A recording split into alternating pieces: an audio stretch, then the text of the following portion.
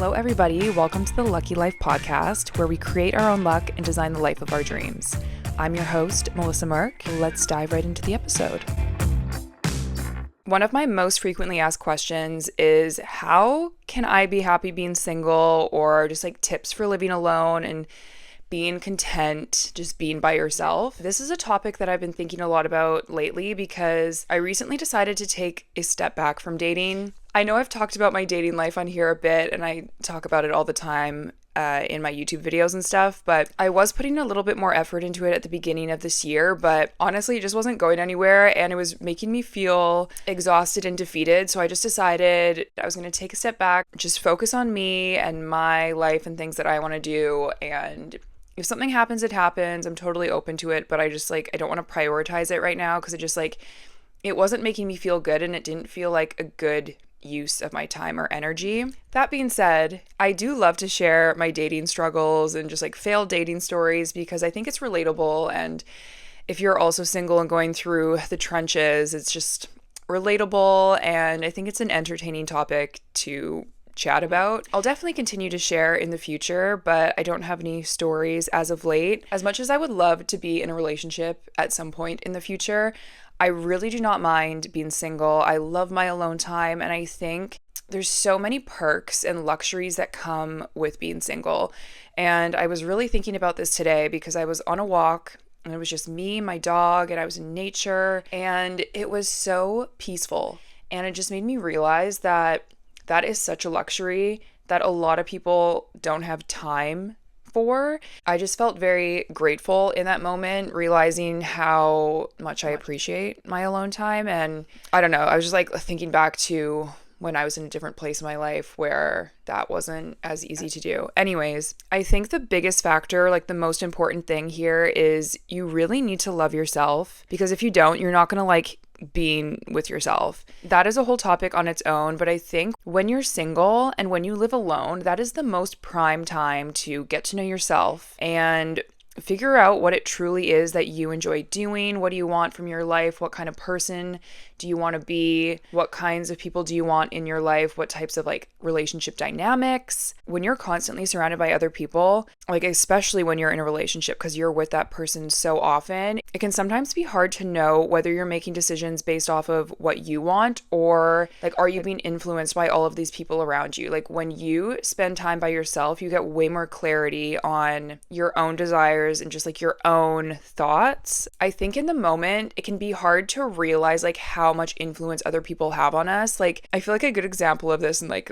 obviously a more shallow exterior example, but couples who end up dressing alike, or even friend groups, like so often you see friend groups go out and they're all wearing a very similar outfit. I'm like, how does that happen? And it's like, you didn't even plan it. You just like end up morphing into the same people. It's so strange. The people you're around also affects the way you speak. You can end up picking up like phrases or certain words, even like ideologies. It's super important to spend time with people that you want to be more like. This was another thing that I really put a lot of thought into in the past couple years, and I just don't want to be around people that are bringing me down. I want to respect and look up to the people that I spend time with, the people that inspire me, because you do take on attributes of the people around you. It's also like even your financial status can change. Like, it really affects everything. So it's very important. And I would argue that your romantic relationship is probably the most influential and the most important relationship decision that you're going to make. It's also a million times better to be alone than to be in the wrong relationship. Being with the wrong person can be so draining, and I don't want to say it's a waste of time, but honestly, if you drag it out for too long, it totally is. When I look back at my past relationships, I don't regret anything because I think they were lessons and I learned a lot, but my relationships definitely could have ended a lot sooner. I think a lot of times when we get into a relationship, and if we've been with this person for a decent amount of time, you just get comfortable. It's so hard to leave, even when you know that it's not the right thing for you. It's scary to think about going through the breakup process and having to be back out on the streets again. Like once you've been off the streets, it is quite the adjustment to have to go back to being single. But by staying in the wrong relationship, you're just delaying this process. You may as well cut the cord and just get a move on. You're eventually going to have to go through it. You may as well just get it done.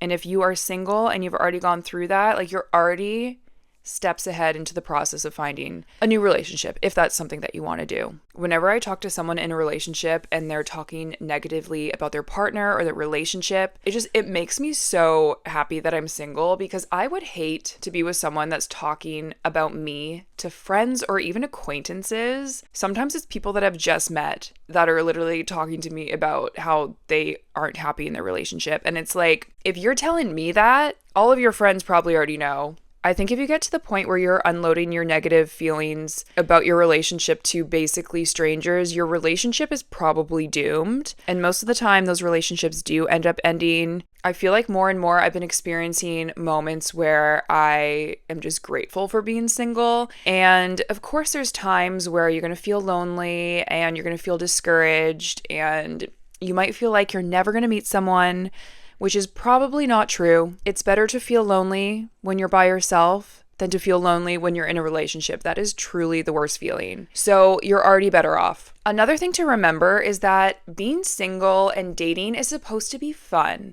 Don't take it too seriously. I definitely find myself overthinking situations a lot. And even if I'm just like swiping through dating profiles, I'm like, could I see myself marrying this person? Even if that is your end goal, I don't think that should be what you're thinking about right off the bat. I'm definitely working on my mindset around this. I'm just trying to go into situations and go on dates without thinking about the long term, and just being open to meeting new people and sharing new experiences and learning more about myself. I've been single for just over 3 years now, and I've definitely learned so much about myself in this time. I think prior, I didn't really know exactly what I wanted from a partner and like the relationship dynamic and the kind of person that I wanted to be with. And I have a much clearer picture now, and I don't think I would be where I'm at unless I had this period of being single. Also, when it comes to living alone, this is another luxury that a lot of people don't have. And I am so grateful to have my own space and to have this time in my life where I can live alone, because when I originally got the condo that I'm in, I bought it with the thought that I would live here by myself. Certain things happened in life where that didn't happen. And so I only was able to experience living alone once I got out of my last relationship, which was a few years ago. And I have loved this experience. Just like, again, it's just the luxury of peace. You don't have anyone telling you what to do. No one is getting upset about what you are or are not doing. You don't have to check in with anyone. My dog is like my biggest responsibility and the one thing that keeps me in check because I can't leave her alone like overnight. But if I didn't have her, like I could literally be doing whatever I wanted at any point in time. You also don't have to clean up after anyone. No one's getting mad about your messes. You can eat whatever you want whenever you want. It truly is a luxury, and I remind myself of it all the time. And it's something that I'm very, very grateful for. But again, going back to what I said at the beginning, it's so important that you like who you are and you enjoy your time. If you're struggling with that and you feel like you don't like who you are, this is the prime time to figure out why that is and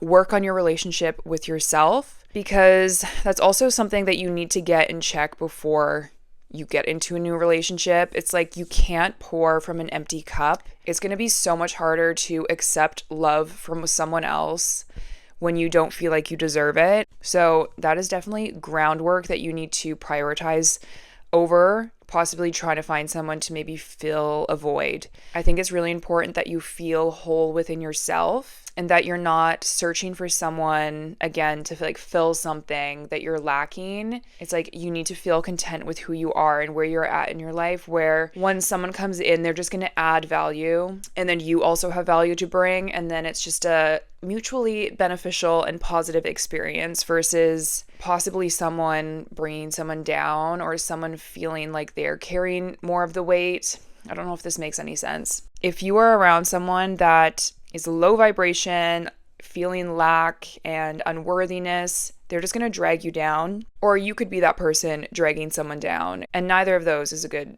place to be. It's so interesting to look back at my life, and in hindsight, I can recognize these very specific chapters that I've gone through. It's like in the moment, it's kind of hard to notice. Like every day kind of feels the same day to day. Like Sometimes I feel like every day is the same and I'm feeling stagnant and things aren't moving along. But then I look back, like even looking back like a couple months, I'm like, wow, I was really in a different place. And so I really try to appreciate the moment for what it is, because how does this even relate to what I'm saying? So yeah, I'm really trying to appreciate each moment for what it is and for what it brings. I think each period of your life brings its own lessons and challenges and blessings, and sometimes it's just hard to see when it's right in front of your face. Sometimes you look back and wish that you had appreciated a specific time more than maybe you did. And I think that is a big thing with being single. It's like a lot of times the grass looks greener on the other side. One day you might be married with kids and you're going to think back and be like, wow,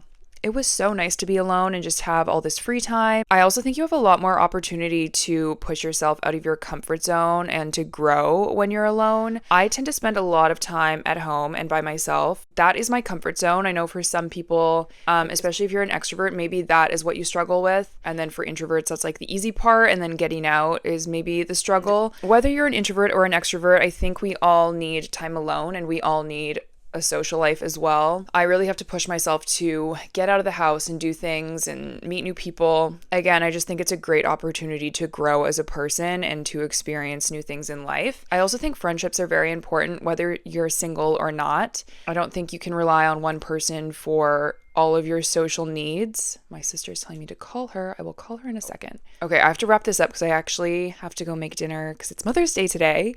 But anyways, what was I saying? Yeah, you can't rely on one person for all of your social needs. So that is why friendships are so important. Being single is a great time to nurture your friendships and to go out and meet people, because also if I had a boyfriend, I probably would not be going out of my way to make new male friendships.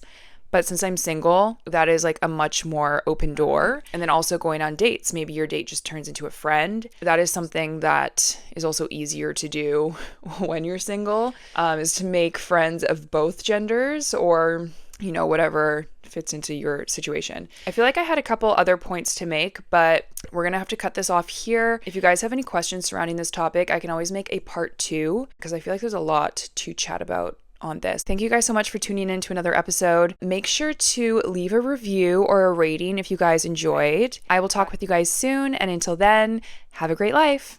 Bye.